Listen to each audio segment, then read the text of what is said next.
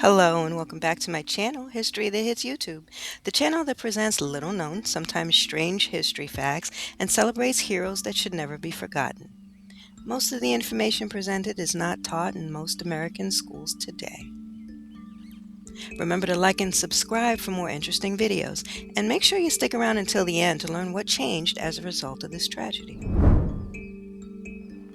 Imagine standing on a Boston street on a surprisingly warm January afternoon. People are going about their business, workers are finishing their shifts, children are outside enjoying the unusual weather, and towering above the north end is a massive steel tank. Inside it are more than 2 million gallons of molasses. Then, at about 1 o'clock in the afternoon, comes a sound, a deep rumble. Some people initially think it might be an approaching elevated train, but it isn't.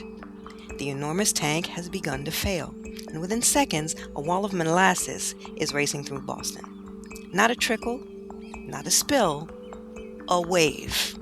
A wave powerful enough to destroy buildings, damage railroad tracks, and kill 21 people. This is the story of the Great Boston Molasses Flood of 1919, one of the strangest and most devastating industrial disasters in American history. To understand what happened, we must revisit the Boston waterfront in the years before the disaster. The North End was a busy, densely populated neighborhood. Factories, warehouses, docks, rail lines, workers, and families all existed within a relatively small area. And in 1915, the Purity Distilling Company built a gigantic steel storage tank there. It stood about 50 feet tall and could hold roughly 2.3 million gallons of molasses. At the time, molasses wasn't simply something you poured onto pancakes. It was an important industrial product. Molasses could be fermented and distilled to produce alcohol, including industrial alcohol used in manufacturing.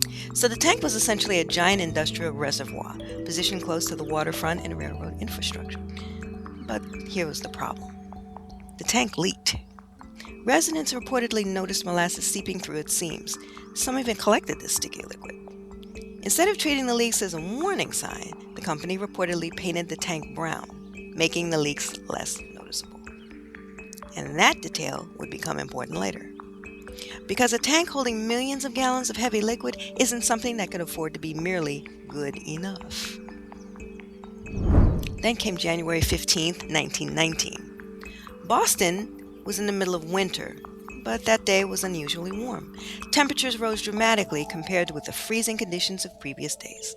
Inside the tank, a large shipment of molasses had recently arrived. The combination of temperature change, the newly arrived molasses, and weaknesses in the tank's construction created a dangerous situation. The tank had been built with walls that investigators later found were far too thin for the stresses they were expected to withstand. But nobody on the street that afternoon knew that. Around 1 p.m., the tank suddenly ruptured, and the result was almost unimaginable. Approximately 2.3 million gallons of molasses burst out.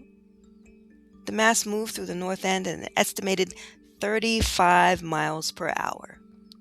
For perspective, that's roughly the speed of a fast-moving car on a city street. Except that wasn't a car. It was an enormous, dense wave of molasses. The pressure and weight behind it were immense. Buildings were damaged, vehicles were pushed aside, railroad infrastructure was affected. And the elevated railway running alongside the tank was struck by the force of the flood.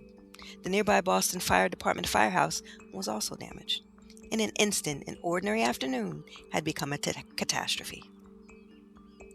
The disaster was especially devastating because of where the tank stood. The North End wasn't an empty industrial field. People lived and worked there. Workers were nearby, drivers were on the streets, and children were outside. And the flood arrived with almost no time to react. The molasses swept through streets and yards, surrounding structures, and trapped people and animals. Disaster killed 21 people and injured approximately 150 others. Among those who died were workers in the surrounding industrial area and residents and children who happened to be outside that afternoon. The tragedy wasn't confined to a single workspace. It struck an entire neighborhood. Then came the enormous task of rescue. Police, firefighters, sailors from the nearby USS Nantucket, Red Cross personnel and ordinary citizens rushed toward the scene. But the rescue operation was extraordinarily difficult because molasses had coated the streets, debris, pieces of buildings, and vehicles were tangled together. Every movement had to be made carefully. Rescuers weren't simply searching through wreckage. They were trying to navigate an enormous sticky mass that had transformed familiar streets into something almost unrecognizable. The cleanup would take weeks. Molasses was everywhere. Workers discovered that salt water from Boston Harbor could help break down this sticky substance, so water was pumped from the harbor and used in the cleanup. North End became a massive work site, but the disaster raised a much bigger question. Why had the tank failed?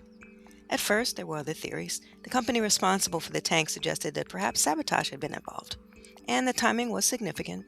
America in 1919 was experiencing intense political and social unrest. Anarchist activity, bombings, strikes, and fears of radicalism were widespread.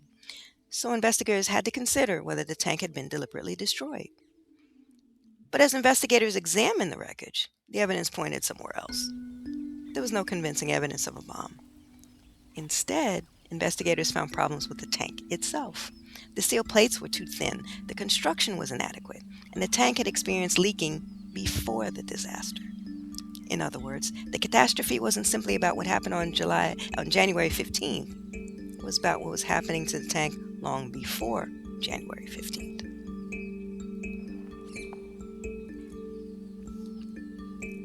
The disaster eventually led to one of the most important industrial liability cases in Massachusetts history. Families of the victims and people whose property had been damaged sought compensation. The tank's owners argued that the disaster had been caused by an unforeseeable event. But investigators and engineers presented evidence about the tank's construction and condition. The legal battle lasted for years. Finally, in 1925, a court-appointed auditor concluded that negligence by the tank's owners was responsible for the collapse and resulting deaths and property damage. The case became significant far beyond Boston. Because the question wasn't simply who pays for the damage, it was who is responsible when an industrial structure fails and people are killed. That question helped push American engineering construction toward greater accountability. In Massachusetts, the disaster contributed to new approaches to the inspection and regulation of large above-ground storage tanks. Today, the idea that a gigantic industrial tank should be properly engineered, inspected, and regulated may seem obvious. But in 1919, those standards were far less developed. The Molasses Flood helped demonstrate more than a century later. The Great Molasses Flood remains one of those historical events that sounds almost unbelievable.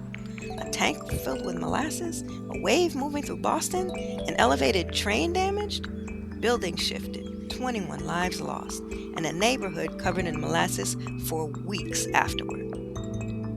But behind the strange details is a much more familiar story. It's a story about warnings being ignored, industrial expansion moving faster than safety standards, and the consequences of cutting corners.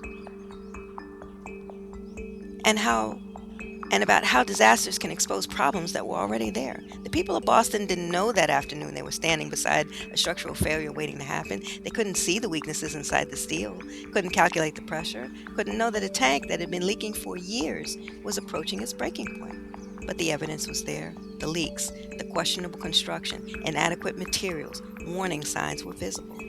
They just simply weren't taken seriously enough. And today, the site of the disaster looks completely different.